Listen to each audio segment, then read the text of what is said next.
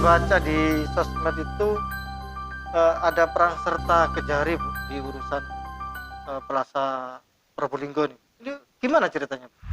Juli 2020 kalau tidak salah 19 Juli kita diberikan surat kuasa khusus oleh wali kota untuk mendampingi dalam penyelesaian Probolinggo Plaza ini. Jadi di situ dasar kami untuk melakukan atau mendampingi pemerintah kota dalam penyelesaian Probolinggo Plaza yang sudah berlarut-larut ini.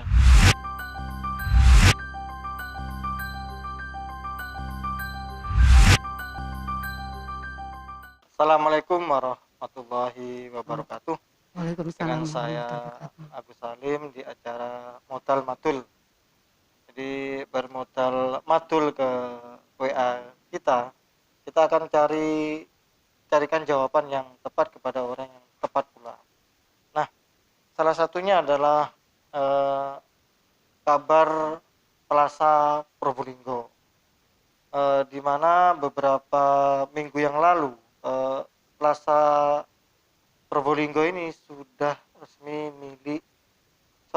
resmi pengelolanya dikelola oleh Kota Probolinggo. Nah, bersama saya dengan Kejari Kota Probolinggo, saya tidak tahu banyak, Ibu Yeni lah, begitu.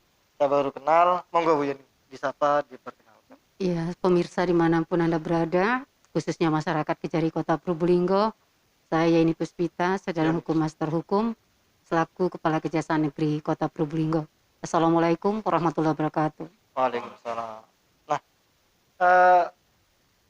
langsung aja Bu ya, belak-belakan Bu. Iya. Ini saya baca di sosmed itu ada perang serta Kejari Bu di urusan Plaza Probolinggo nih. Ini gimana ceritanya Bu? Mungkin perlu kami informasikan tentunya kepada masyarakat, khususnya Kota Probolinggo, bahwa tugas dan wewenang kejaksaan itu diatur di dalam pasal 30 ayat 2 Undang-Undang Nomor 16 Tahun 2004, bahwa kejaksaan itu mempunyai tugas di bidang perdata dan tata usaha negara dengan surat kuasa khusus dapat bertindak di dalam maupun di luar pengadilan untuk dan atas nama negara, pemerintah, badan usaha milik daerah maupun badan usaha milik negara.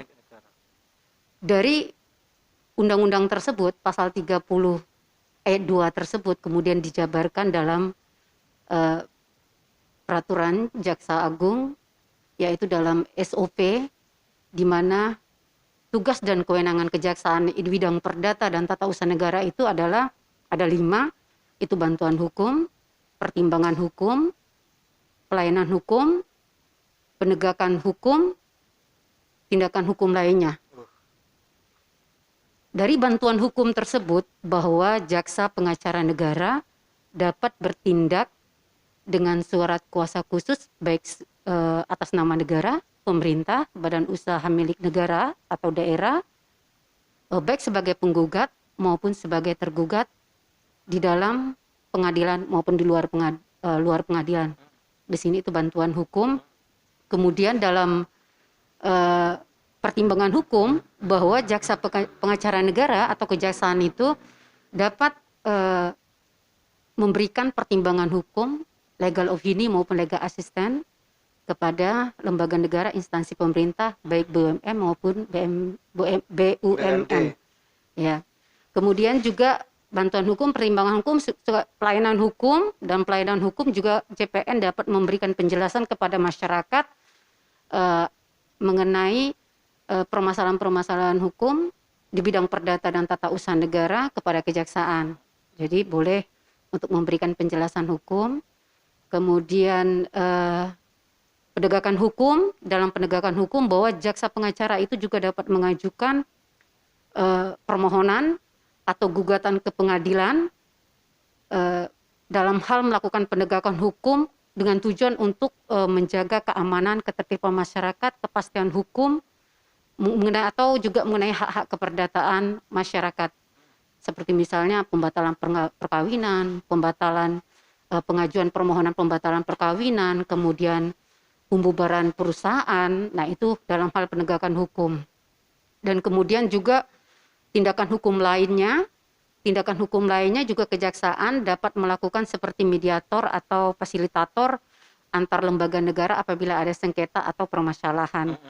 Nah, dalam hal ini bahwa seperti pertanyaan tadi, kok tiba-tiba kejaksaan ada nama disebut-sebut dalam penyelesaian Probolinggo Plaza ini. Nah, bahwa memang perlu kami informasikan di sini bahwa kita dalam melaksanakan tugas kewenangan di bidang bantuan hukum.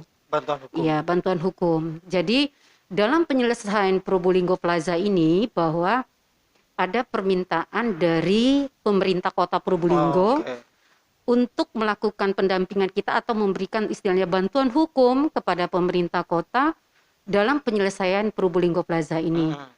Nah, berdasarkan dan sebelumnya kita juga sudah melakukan MOU ya pada saat awal saya perpanjangan yang sebelumnya juga sudah melakukan MOU di bidang perdata dan tata usaha negara.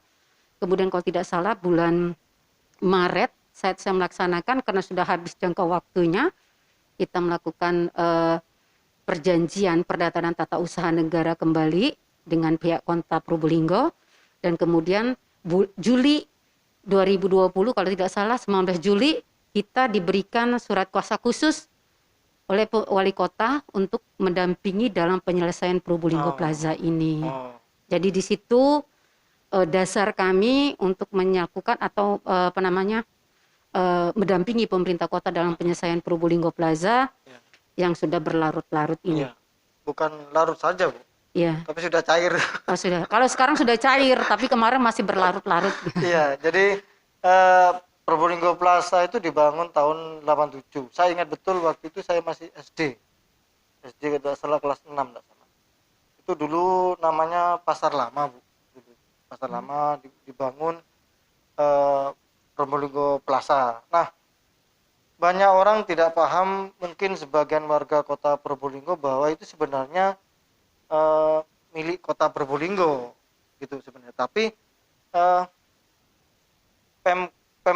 Pemda daerah ini tidak sepenuhnya berwenang untuk mengelola plaza itu. Jadi terlihat carut marut lah, kotor sembarang kali, wes tidak asik lah dilihat di jalanan itu. Jadi banyak warga bahwa itu milik siapa, bertanya-tanya.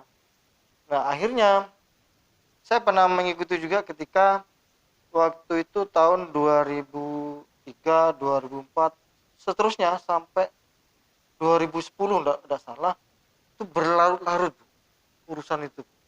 Yang masalah yang pelik adalah tidak ada batasan waktu untuk mengelola Probolinggo Plaza ini. Nah, ini yang membuat opini masyarakat bahwa menyerah sudah, karena tidak ada batasan waktu. Nah, tiba-tiba kemarin saya dengar tanggal 4 itu tepat di hari ulang tahun hari jadi kota Probolinggo itu diserahkan dengan sukarela lah begitu. Ini kok enak ya begitu? Apakah ini memang ada apa-apa? Tapi saya tidak tahu gimana ceritanya itu. Oh iya. Jadi semenjak 20 Juli kita ada surat kuasa khusus yang seperti saya sampaikan 2020 tadi. ya? 2020. Okay.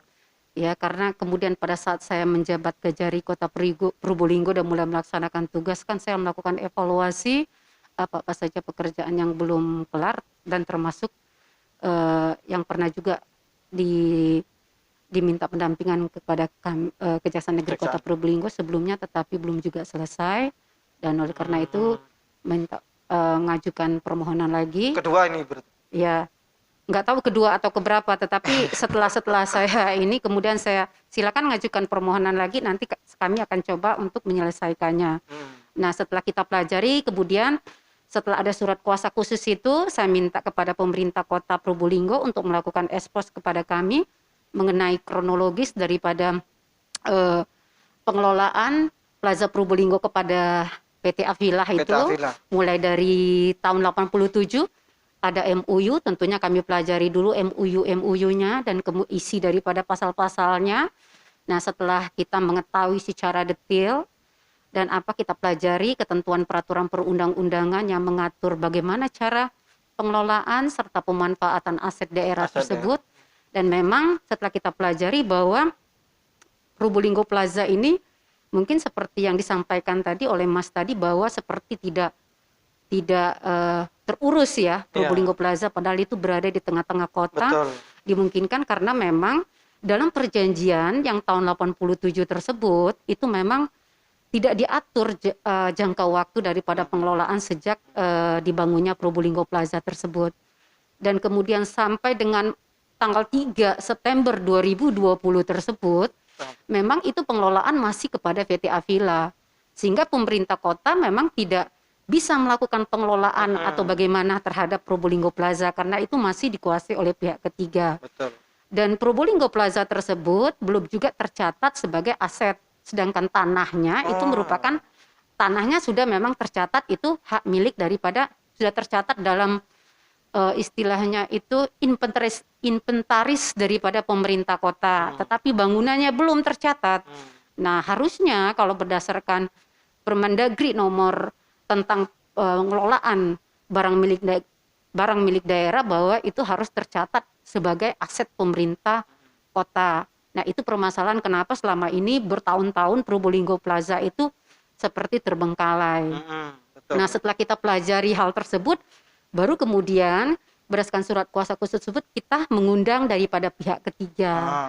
Mengundang pihak ketiga, kita memberikan tentang pemahaman kepada pihak ketiga tentang regulasi-regulasi ketentuan yang harus ditaati apabila melakukan pemanfaatan barang milik daerah, baik itu mengenai sewa pakai atau dengan bangun serah, kan ada itu diatur bagaimana. Dengan kita memberikan pemahaman tentang regulasi-regulasi bagaimana cara pemanfaatan, bagaimana pengelolaan daerah sehingga mereka paham. Dengan seperti itu sehingga mereka paham dan kemudian akhirnya mereka menyerahkan. Iya, saya ya namanya saya juga ikut mendengar, melihat waktu itu, Bu. Ini kok enak pol, Bu. Jadi seperti kita punya kunci, dibuka sendiri pintunya, diserahkan sendiri kepada pemerintah daerah. Apakah ya kalau mau kasar ada ancaman dari jaksa? Wah, ini umpamalah begitu. Tidak ada pakai ancaman-ancaman. Saya malah kalau sebagai fasilitator atau apa dengan senyuman saya. Iya, masa pakai ngancam orang itu ada perbuatan tindak pidana kalau saya mengancam orang. Masa dengan muka saya seperti ini pakai ngancam orang kan? Orang pun saya ancam pun nggak takut kali ya. Dengan sentuhan-sentuhan regulasi yang kita jelaskan dengan baik dan benar dan bisa masuk di akal sehat dan secara logika bisa diterima, ya akhirnya mereka bisa memahami. Karena di sini tujuan kami adalah ingin menertibkan tentang bagaimana cara pengelolaan atau pemanfaatan barang milik daerah yang merupakan aset pemerintah itu sesuai dengan ketentuan peraturan perundang-undangan. Karena hal apapun itu ada dalam pengelolaan keuangan, dalam pengelolaan aset itu ada peraturan yang harus kita patuhi. Kalau dulu mungkin zaman tahun 87 belum secara detail adanya peraturan perundang-undangan yang mengatur bagaimana cara pemanfaatan, jangka waktunya bagaimana. Kalau sekarang ini sebagaimana salah satu program pemerintah bahwa sebenarnya dalam penginvestasian itu diberikan peluang kepada pihak ketiga untuk berinvestasi kepada daerah masing-masing, tetapi tentunya kita harus mengacu pada peraturan perundang-undangan dan harus sesuai dengan dan rapi juga administrasinya. Berarti harus ada jangka waktu gitu maksudnya? Iya, harus ada jangka waktu dong, masa selama-lamanya yang milik daerah kok kita kuasai selamanya, nggak bisa gitu dong. Iya, jadi dengan dasar seperti itu mereka memahami, dan apabila ingin ada pihak ketiga ingin mengajukan berinvestasi lagi, ya silakan saja ke pemerintah kota. Tentunya kita harus memahami juga, harus mematuhi tentang tata cara bagaimana cara pemanfaatan atau pengelolaan barang milik daerah. Gitu, Mas. Itu kalau tidak salah sudah 32 tahun. 32 tahun ya. Ya, cukup tua Bu ya. Iya. Nah, kalau saya pernah dengar bahwa pengelolaan aset negara atau bangunan ya, Bu, Hmm. itu ada jangka waktu 30 tahun lah paling lama. Apa betul, Bu ya? Kalau di dalam peraturan Permendagri ya kalau nggak salah Permendagri nomor 19 tahun 2016 tentang pengelolaan barang milik daerah itu kita harus lihat daripada bentuk perjanjian yang bagaimana yang akan dilakukan. Hmm. Kalau hanya merupakan perjanjian sewa menyewa biasa atau pemanfaatan biasa yang tidak memerlukan waktu yang ada perbaikan infrastruktur atau apa. Nah, misalnya pemerintah kota sudah memiliki bangunan sudah siap pakai dan kemudian ini itu 5 tahun kalau tidak salah itu Oh, 5 5 tahun. tahun. Ya, Maksimal atau minimal, Bu? itu maksimalnya kalau tidak salah. Maksimal. Kalau yang perjanjian yang biasa tidak memerlukan ada pembangunan infrastruktur dan Hmm. apalagi, tetapi kalau memang dia misalnya sudah ada bangunan yang sudah siap pakai, tetapi ada kegiatan sewaktu yang mempunyai kekhususan sendiri atau kegiatan yang akan dilakukan itu kekhususan sendiri, itu juga perlu ahli yang berkompeten menyatakan bahwa itu perlu jangka waktu yang lebih dari 5 tahun. 5 tahun. Ya, Ya. begitu juga dengan pembangunan infrastruktur. Nah, untuk ada misalnya berinvestasi atau sewa menyewa atau serah guna atau guna serah, itu kita lihat juga kalau untuk pembangunan infrastruktur itu bisa dilakukan lebih 5 tahun. Lebih 5 tahun ya. Iya, Oh ya. Kalau iya, memang ada jangka waktunya, itu kan enak, Bu ya. iya. Yang tidak seperti Nanti yang kan bisa diperpanjang oh, lagi, oke oke oke oke iya. oke. Karena kan kalau ada investasi pastinya kan ada PAD yang bisa masuk lagi. Hmm. Kalau selama ini kan dari awal itu belum ada ya bisa menghasilkan dan ininya kan PAD dari sana. Iya, betul betul. Pendapatan daerah Iya, dari sana. contoh konkret yang eh, mikro ya. Ini umpama ada aset aset daerah berupa sawah, Bu. Sawah terus dikelola oleh seseorang, itu memang harus ada perjanjian ya. Lah haruslah masa nggak ada perjanjian. Maksudnya harus diketahui oleh kejaksaan gitu. Enggak Enggak juga ya. enggak Enggak lah, juga tapi ya. ada prosedurnya. Enggak ininya sih apa nama, cuman kalau ada permasalahan, ada keraguan-raguan dalam melakukan suatu perjanjian tersebut adanya ininya, boleh dong minta pendapat hukum seperti tadi kan Oke, memberikan pertimbangan hukum bahwa kejaksaan dapat memberikan pertimbangan hukum, legal opinion atau legal assistance untuk pendampingan. Nah, itu boleh minta pendapat, ragu-ragu pemerintah kota minta pendapat ke kejaksaan. Oh, begitu. Gitu. Jadi minta pendapat ini tidak mesti harus pemerintah kota, betul, Bu? Atau begini, atau ada pihak swasta yang kerjasama dengan pemerintah kota. Nah, pihak swasta boleh enggak ke kejaksaan untuk Oh, kalau pihak swasta tidak boleh meminta pendapat hukum. gitu ya. Cuman Oke, dia oke. bisa minta penerangan pelayanan hukum Oke. seperti misalnya datang ke JPN dan kemudian kita sudah ada juga di mall pelayanan publik itu.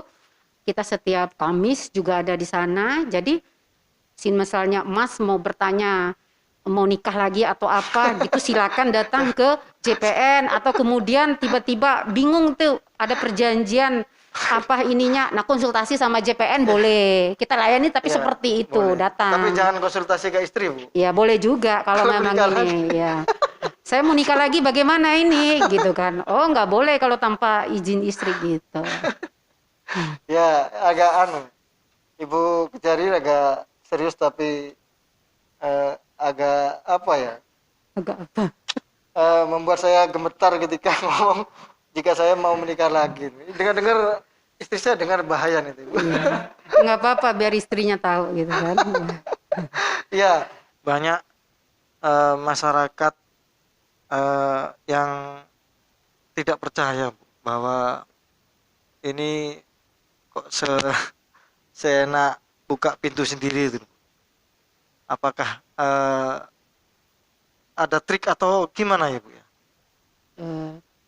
Kalau trik-trik kita sih kita yang seperti tahapan-tahapan yang telah saya jelaskan tadi bahwa setelah kita expose kemudian kita minta kronologis daripada mulainya perjanjian dengan pihak ketiga, kemudian setelah kita memahami kita undang dari pihak ketiga tersebut PT Avila untuk memberikan pemahaman kepada pihak ketiga tersebut tentang regulasi-regulasi ketentuan bagaimana cara pemanfaatan atau pengelolaan daripada barang milik daerah tersebut. Ya, setelah itu kemudian kita rapat bersama, rapat koordinasi antara PT Apila dengan pemerintah kota. Kita di sana untuk menengahi sebagai pihak yang sebagai fasilitatornya, dan kemudian kita membahas lagi beberapa kali pembahasan, dan kemudian barulah ketemu kesepakatan bahwa pihak ketiga itu bersedia menyerahkan bangunan Probolinggo Plaza tersebut. Itu aja sih sebenarnya. Tanpa ada syarat-syarat. Tidak ada syarat-syarat karena memang berdasarkan ketentuan Permendagri tentang pengelolaan barang milik daerah bahwa memang Probolinggo Plaza itu wajib harus tercatat sebagai aset pemerintah daerah, karena itu sudah dibangun di memang tanahnya milik pemerintah daerah dan sudah lama, lebih 30 dikuasai oleh pihak ketiga, dan kita sesuaikan dengan regulasi bahwa untuk pengaturan selamanya berdasarkan perjanjian tahun 87 itu adalah tidak sesuai dengan ketentuan peraturan perundang-undangan. Tidak sesuai dengan peraturan undang-undangan yang sekarang maksudnya. Iya, yang Permendagri nomor 16 tahun 2000 nomor 19 tahun 2016 tentang pengelolaan pemanfaatan. Ya, waktu itu kan tahun 87, Bu. 87. Itu berarti sudah bisa dibatalkan dengan peraturan Mendagri itu ya. Sebenarnya semenjak adanya peraturan yang mengatur jangka waktu tersebut, otomatis sebenarnya sudah bisa dibatalkan, karena pada zaman dahulu mungkin 87 tidak ada diatur secara detail bagaimana cara pengelolaan atau pemanfaatan daripada barang milik daerah yang dikuasai atau yang dikelola oleh pihak ketiga tersebut. Dan sekarang kan dengan perkembangan zaman, dengan keadaan yang semakin berubah ini kan peraturan sudah banyak berubah dan kemudian semakin rapi untuk pengaturan dalam pada pengelolaan aset daerah. Sempat alot dah, Bu, ketika pihak Kejari memanggil mereka?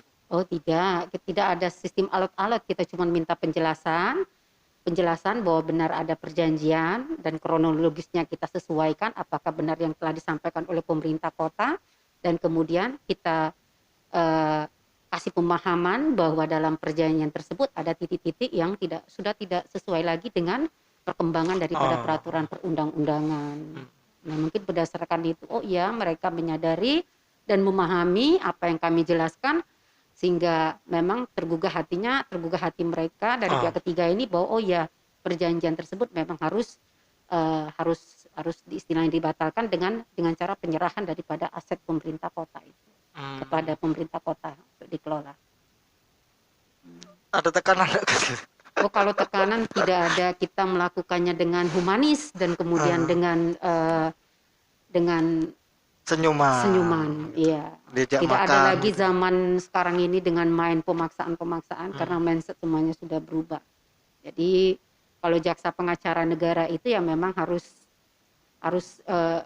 istilahnya harus dipisahkan antara jaksa penuntut umum dengan jaksa pengacara negara. Ya, kalau jaksa pengacara negara cara berpakaiannya begini. Kalau jaksa penuntut umum pakainya toga kan beda. Ya, kalau dulu yang pernah saya alami memang tekanan tuh ada dulu ya. Dulu itu kapan dulunya itu? Awal itu dulunya itu harus jelas. Ya sekira-kira 10 tahun yang lalu loh. Oh iya. Itu masih ada, Bu, di sini. Terus makanya saya pikir ini mungkin PT Apila itu takut ya dengan ancaman kejaksaannya.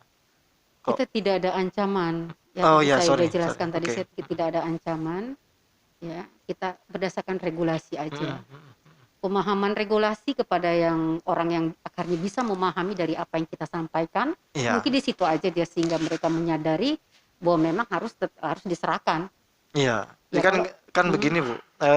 Di Permendagri itu kan tahun 2016.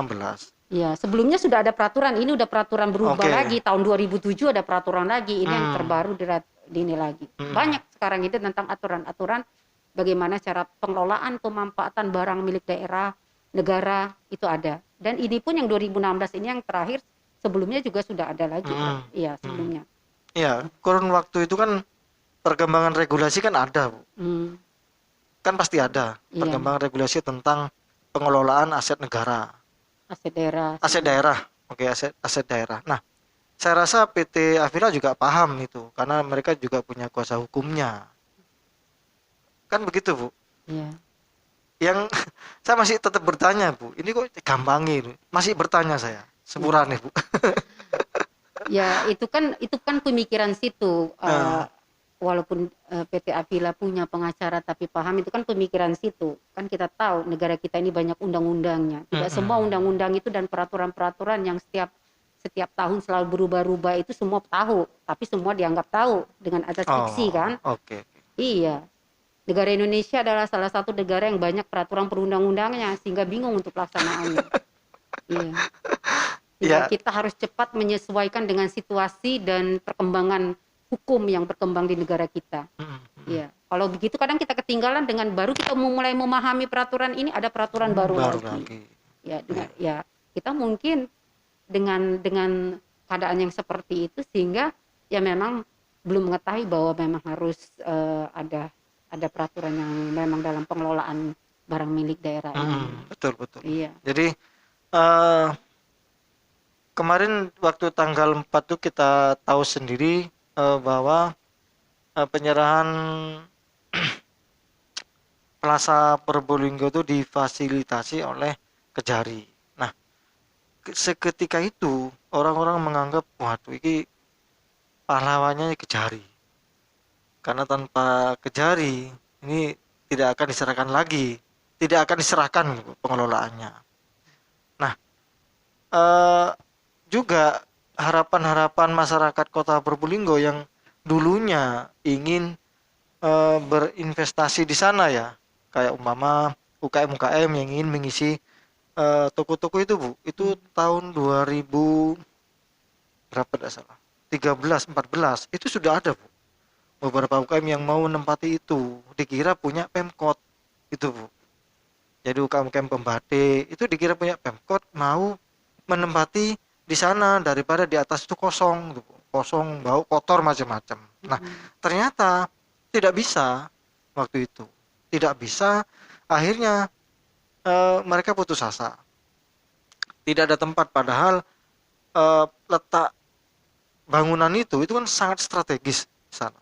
Nah, yang kedua adalah mau dijadikan mall pelayanan publik, itu keren tapi tetap tidak bisa. Nah, ketika kemarin banyak, Bu, banyak ya, ada 10 UKM lah yang tanya saya, Mas itu kira-kira bisa enggak ditempati oleh kita? Oh bisa, silakan ke Pemkot, jangan kejaksaan. Oh enggak, langsung kita enggak bisa karena kejaksaan bukan bukan ngurus itu, saya bilang begitu, Bu. Nah, pertanyaan yang terakhir, kira-kira ada enggak sengketa di eh, Pemkot ini, Bu, yang urusan pengelolaan eh, pihak ketiga selain Plaza?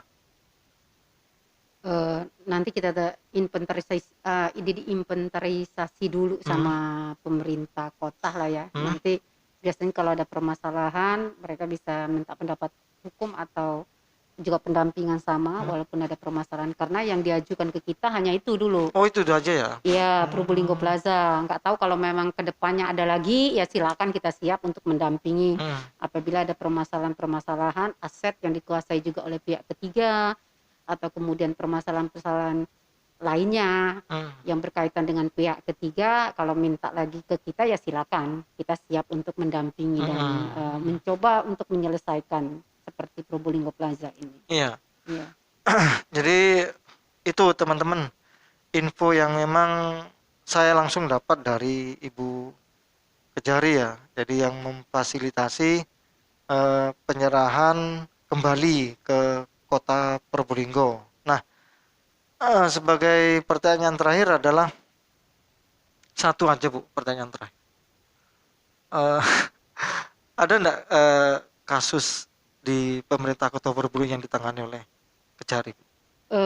Untuk saat ini kalau yang kasus belum ada yang kita tangani. Hmm. Yang ini ya ada yang satu sudah inkrah sih, sudah di penuntutan, yang sudah inkrah itu ya dari pasar itu ya, perdagangan.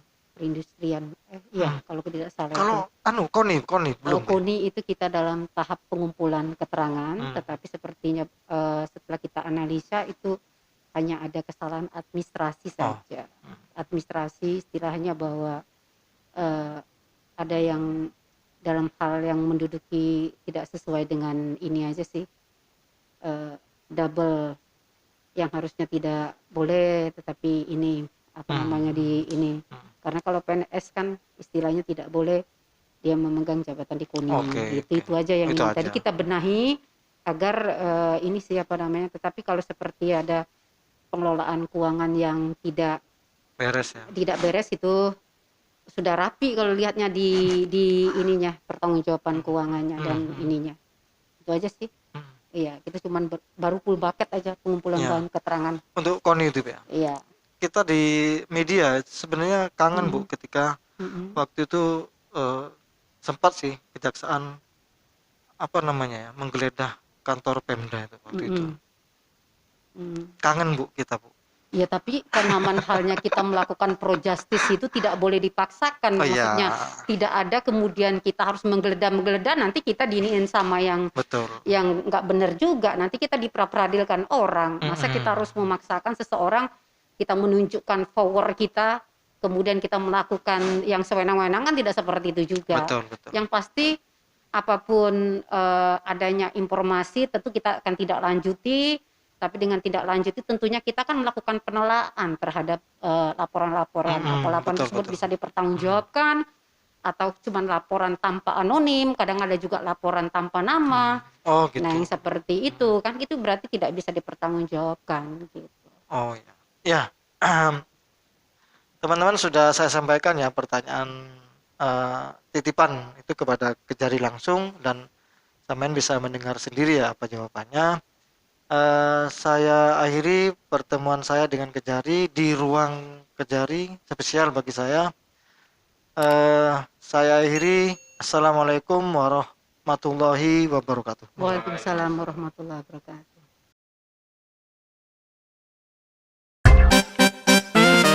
NTV